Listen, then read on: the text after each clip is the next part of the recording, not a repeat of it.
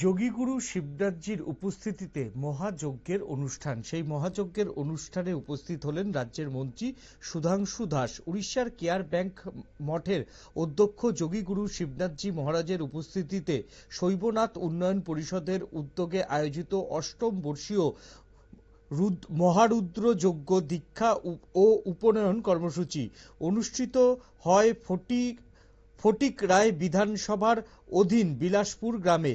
ধর্মীয় ভাবাবেগে পূর্ণ আধ্যাত্মিক এই কর্মসূচিতে অংশগ্রহণ করেন ফটিক রায় বিধানসভার বিধায়ক তথা রাজ্য সরকারের মন্ত্রী সুধাংশু দাস। অনুষ্ঠানে অন্যান্যদের মধ্যে উপস্থিত ছিলেন শিবনাথজি মহারাজ শিষ্য যোগী ভক্তিনাথজি, বিলাসপুর গ্রাম পঞ্চায়েতের প্রধান সুরজিৎ দাস, শৈবনাথ উন্নয়ন পরিষদের সভাপতি সম্পাদক সহ এলাকার বিশিষ্ট জন সহ অগুন্তি ধর্মপ্রাণ নাগরিক। কি উঠে এসছে দেখে নেব।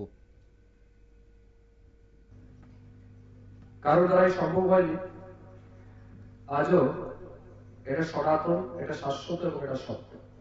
ধর্ম শব্দের অর্থ কি আপনারা কি মনে করেন আমি জানি না, তবে আমি যেটাকে মনে করি ধর্ম শব্দের অর্থ হচ্ছে যার স্পর্শে পশু সমতুল্য মানুষে রূপান্তরিত হবে। ধর্মের স্পর্শে মানুষ যারা আছে মহামানুষ হবেন, আর যারা মহামানুষ আছেন তারা ধর্মের স্পর্শে মহামানব হবে। এটাই হচ্ছে ধর্মের ব্যাখ্যা। এবং এই সনাতন সংস্কৃতি বা সুপ্রাচীন আদি ধর্ম সনাতন ধর্মের স্পর্শে অনেক ব্যক্তি মহামানব হয়েছে।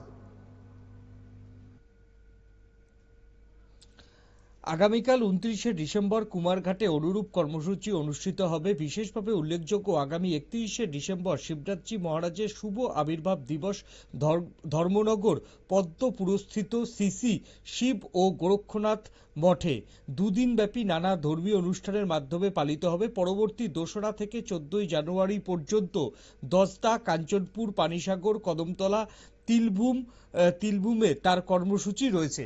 এখন নিয়ে নেব ছোট্ট একটা বিজ্ঞাপনের বিরতির পর ফিরে আসি অন্য কোনো খবরে। সঙ্গে থাকুন নিউজ ভ্যানগার্ডের পর্দায়।